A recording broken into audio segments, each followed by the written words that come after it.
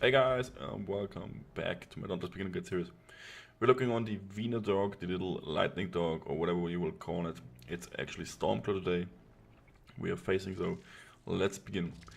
Yeah, first thing you want to do at Stormclaw, he's probably doing the same stuff over and over again at the beginning. He's trying to lock you in. First thing to notice is that I actually didn't break the prison at first, but I'm probably going to do it just to show you guys that you can break a big chunk of it, basically a whole corner, by hitting the right parts, where you can break two walls within taking out one single part in between them. This also remains still active when you will destroy any prison becoming a thing later in the fight. As well as I want to just mention that you can actually go for not breaking the prison at all, since I'm going to do this now. Besides one time later in the video where I have to, since it's gonna lock me, it will lock me into it fully and will give me no chance to roll out. So yeah, keep that in mind, guys. You don't actually have to do this every time. I mainly focus on damage on the boss instead of, going for the prison. It's kinda needy, instead of wasting your damage for something that's gonna be rebuilt anyways by him. Also, I got a feeling that the prison won't pop up as fast again as it should if you don't destroy it. Like if you destroy it, it will probably cast the prison again slightly afterwards. So keep that in mind. The other thing is I want to talk about is breaking certain parts, and as well as breaking certain parts, it's also important. It's actually viable to farm this guy for his set, as at least some parts of its set, since it gains swiftness, fury, and that's actually pretty good in combination with Embermane, for example, or even with the Moonreaver set. If you want to go for like a Moonreaver Stormclaw or Moonreaver Embermane set mix, if that's something you might like, at least give it a try, guys, with Embermane, and definitely check it out. I personally think it's not very bad, but it's not great either. So yeah, play with aspects you might like Fury, Quickness, Swiftness, or whatsoever you wanted in the early game. Since later on there will be things like Fury, Hunger, Fortress, and so on, which are kind of the way to go, just because there is no much armor right now in the beta, so you might watch this later. Keep in mind that things can change and will be changed for sure, but of course we will update this as soon as possible if something like this happens. The other thing is, with this fight, he's very active, he's very quick as well, and you can see these little lightning things coming around. It's actually meaning that he's in his EVA range. That grants him extra speed, and this little charge tag he gets, that's actually also a needy thing to know. For not breaking the prisons, you can actually go for a trick mechanic where you let Stormclaw attack you with a normal rage charge, where he will attack you physically, and so he can't pass his own prison walls, making you kinda, protective in some way, like this one for example. He actually couldn't hit me through his own prison. On the other hand, he actually can go through the walls with this lightning attack and his EVA rage, so keep that in mind as well, since it's pretty important if you want to time set stuff or heal up at the life pool. The other thing you might want to think about is doing some dodges while those thunderbolts are hitting you, because this is actually his wombo combo attack, where he tries to get you to dodge and then attack you, or even attack you before you considered dodging this lightning effect on your head. Which is actually, if you're in here with a group, it's split on all four of you, and just one of the group will get the effect to actually proc on him.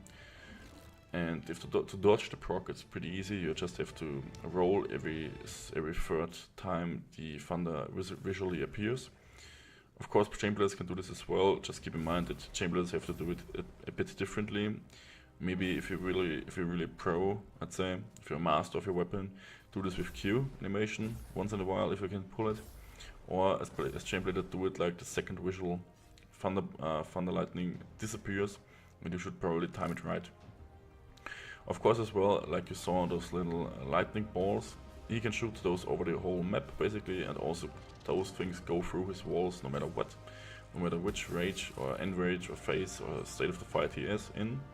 So it's pretty, keep in mind if he already shot one, or if he's going to shoot in the second one, since that's actually kind of random when he goes for that, since it can also happen to be shot at even though he's just casted his lightning and buff you.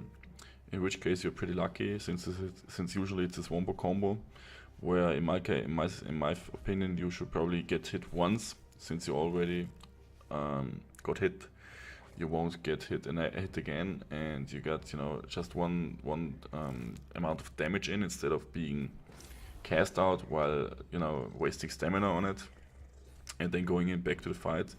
Since even though if you play this perfectly and you get hit this one time, for example, it only gives you, like, you know, a small amount of it only takes a small amount of health, but it will regain a full bar of stamina.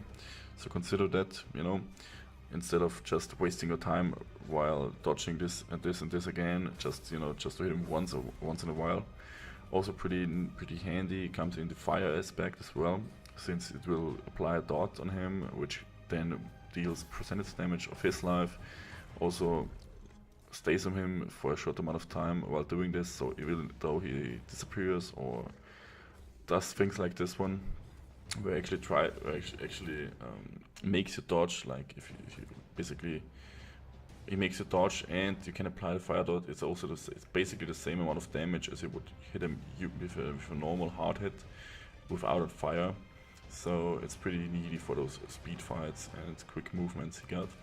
Also as well, I use a stamina lantern for this one, since I'm actually an X main and only play X, even though it's such an pathetic boss fight. And it's also the other thing, you can do every boss in this game with any weapon you might prefer. I don't want you guys to, you know, oh, this boss is so heavy, I have to go chain blades, or I have to go hammer, or I have to do this and this. No, fuck that. Do it with the weapon you like, do it with the weapon you know, and do it of course with the weapon you love. That's the main thing. Like you probably would have to train even chain blades for this guy, since he's as fast as I told you. And of course he's doable with any other weapon as well. So keep that in mind as well, guys. It's pretty important to stay confident in your weapon, and of course to enjoy it. So you actually have, you know, it's a better feeling of a fight, of course. That's all I wanna get you guys on the way. So breaking parts, of course, it's the same thing as with the Ember main or with some other behemoths in this kind of this type. Break the legs, break all the forelegs, and he will break the head, and he will break down. Of course, you can cut the tail as well, break the horns, break the head 3 times. And it's pretty simple to gain all the materials if you want to grind the set. As I mentioned, it's not too shabby, you can actually go for it. It doesn't take much tries to get it, since all you need is most likely the legs. And maybe 1 or 2 different drops from the head or tail. And that's pretty much it, guys. Besides that, he actually can do an enrage, where he then will try to stomp you even harder with his twist on his 360s. And of course keep in mind that you can still die and revive and go on with the fight. There's nothing wrong with that. The other thing, of course, as you might have seen, what I'm doing all the time is actually standing in between his legs, where since he's big enough, right, like we are getting into content where behemoths get bigger and bigger, and actually now he's big enough to stand in the legs. That's probably the most important thing in this fight. I probably should have mentioned it earlier. Sorry for this. Probably will make a timestamp where I tell these things even beyond, you know, for you guys to watch it before you actually go into the video. So sorry for that. But yeah, as well, keep that in mind, since it's actually pretty easy if you time it right and if your positioning is okay. But probably guessed it already since you're watching the video till here. But again, guys, thanks for watching as long as you did, and thanks for watching again, of course. Hope to see you again in the next video or in my stream. If you haven't followed yet, let me know, or check my stream out for some quick answers if you got any, or let me some questions in the comments. Or if I forgot something, just let me know, guys. Thanks for watching. Hope to see you again in the next video. Till then, bye bye.